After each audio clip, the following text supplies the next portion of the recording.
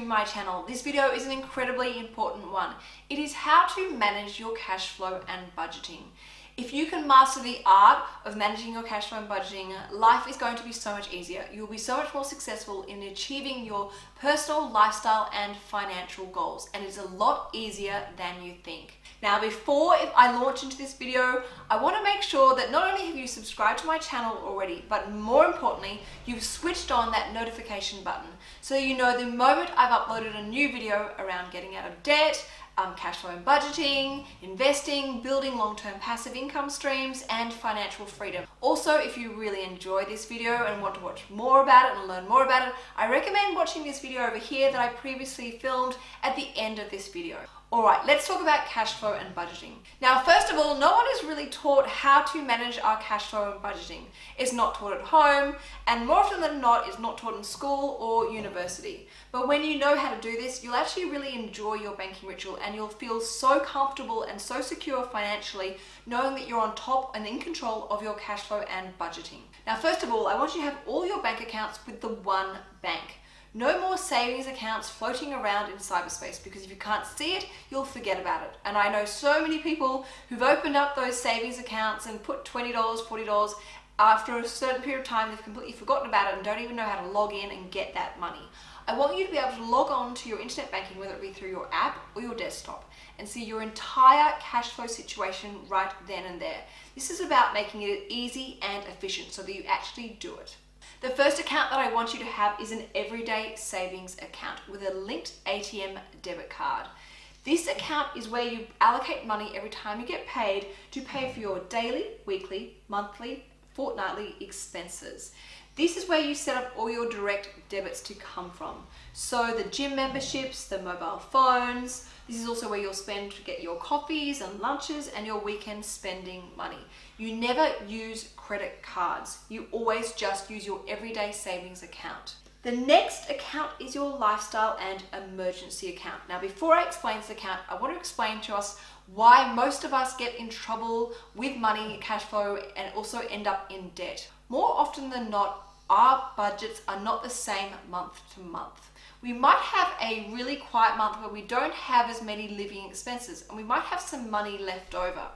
And it creates a false sense of security because we see that money that's left over and we think, oh wow, I've got a bit more money in my monthly account than I normally would have. I'm going to go and buy myself something new. And we go and spend that money. However, the next month or the following month, we get hit with a bill that we completely forgot about was coming up, and we don't have enough money in our account because we spent it the month before. So we reach for a credit card and get ourselves back into debt, or even worse, we get ourselves deeper into debt. Now, this is why I recommend you have a life and emergency savings account. This is like your float account. This is where you stockpile your finances and your cash flow in preparation to all those ad hoc or irregular bills. So for example, our quarterly bills like electricity bills, or our biannual bills, or our annual bills. This is where we will always see at least a couple of $1,000s in this account so that when bills come our way, we are not rattled financially and we can get back on with living our lives and building up these accounts again. Now, within this life and emergency account is your SOS money. So this is the money that keeps you out of trouble. If anything should happen out of the blue, an emergency, your financial cage is not rattled. Now, the question that's probably burning on your lips is, well, Canna, how much money should I have as an emergency savings amount? Well, there is no one size fits all. Everyone is different. It depends on what stresses you out financially and what your financial responsibilities are. Now, for someone who's young, say living at home, got a really good cash flow, they may only want and need, say, $5,000 in emergency money. It's enough to get them through for a couple of months of living expenses and not having to borrow money from people. However, say a young family on one income with say 3 young children may need a lot more than that. It may be closer to say $15,000. However, you need to ask yourself what number or what amount of money in my savings account would help me sleep well at night. Now, once you know what that number is, I want you to nickname this account with that number in there. So in this example, we would have our life and $5,000 emergency savings account as the nickname, so we can see that every time we log on to our internet banking. Now, there is a reason or a method to my madness. It is to stop creating a false sense of security. If we had, say, $6,000 in our life account and one day we decided, oh, I'm going to go and upgrade my laptop, I'm going to go and spend, $1,500 upgrading my laptop, we go and spend that money, but actually we don't really have that money to blow, because of that $6,500 account balance, $5,000 is allocated for emergency money. So we cannot be blowing this money unnecessarily. It is for an emergency use only. However, I want to make sure you're aware, budgeting and cash flow is not about being mean or depriving yourself financially or being the fun police. It's about balance, and it's about giving ourselves spending boundaries. That's simply all it is. And with boundaries, it makes us accountable. So for the example of when you want to upgrade, say, a laptop or buy a new dress or a new handbag, that is perfectly fine. We just allocate that to a separate account. Now this would be our lifestyle account, and I want you to nickname that account in a line to your goal. For example, new handbag account or new laptop account, or in my case, it's my holiday savings account. Now the fourth and final account is actually your financial goal account. This is where I want you to put money in on a regular basis towards a long-term financial goal that's important to you. So whether that be saving up for the deposit on your first home, or whether it be saving up for an investment portfolio, or even if you're not quite sure what that goal might be, I want you to still open up this account so that you create intention, purpose, and direction for your cash flow. Now for me personally, this is my savings to invest account. I put money into this account on a regular basis and let it sit there until I know where I want to invest that money and for what financial goal. It is really easy to set these accounts up, and these three should be internet-based account with the same account. This means as these accounts build up, you're actually earning some interest on these savings accounts. Now the next step is to work out our banking rituals, so we know exactly how much money to allocate to each of these 4 accounts so that we're always on top of our cash flow and we feel great about our finances.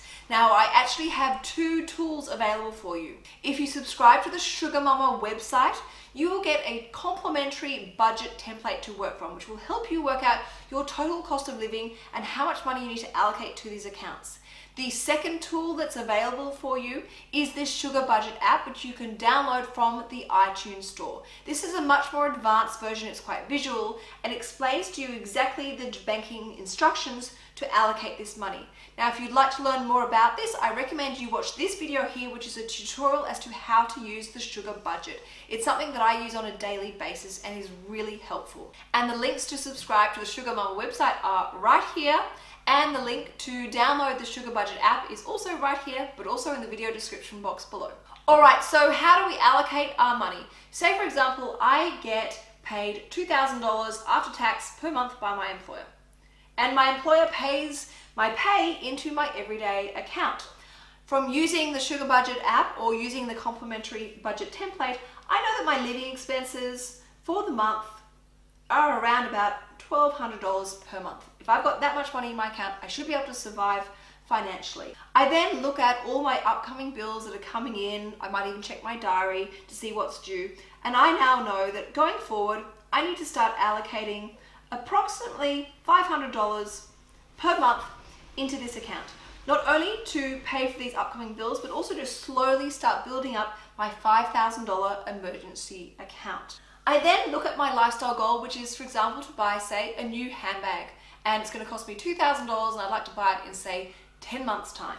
I know that if I want to achieve that goal in time, I need to start putting $200 a month away into this savings account. I also want to start doing the $1,000 project and buying some shares. So I don't know what shares I want to buy yet, but I'm going to start saving anyway in the preparation to that. So I'm going to start putting, say, $100 per month into my savings to invest account. This is the banking ritual I will follow every time I get paid. It is allocating the right amount of money for what is important to me. However, if I decide I really want to focus on building up this emergency money sooner, or I know that I've got some big bills coming in my way sooner rather than later, and I know that the $500 per month is going to cut me short, I can do something else. I'm giving you a quick get out of jail card for free. You can temporarily forego or simply cut down on these 2 accounts for the time being to quickly stockpile this as a priority. So for example, you might want to hold off on doing this and maybe either reduce it to $0 or $50 here, and say $100 here, which then allows me to put a little bit more into my life and emergency account like this. So you actually have my permission to occasionally tweak your banking ritual as long as you're putting money into each of these savings accounts and achieving your financial goals. So the moment you have more than $5,000 in emergency money and a healthy float in your life account for these quarterly, biannual, and annual bills, you can start beefing up these accounts if that's what's important to you. But the point is you stick to this banking ritual month after month after month. So you don't even think about it, you just simply do it. Now this is something that I personally do every month. It gives me so much security and comfort knowing that I'm on top of my cash flow and I never need to rely on a credit card to get me out of trouble. Now that is it for this video. If you have any other tips or tricks that you think other people would benefit from in knowing how you manage your budget and your cash flow, please put a comment in the comments box below. I always absolutely love hearing from you. And as I said before, if you want to learn more about managing your cash flow, getting more ideas and inspiration and education, make sure you click on this card here to watch the next video. And as I said, make sure you subscribe, but also you've switched on that notification button. And I will see you later in the week for Lifestyle Love.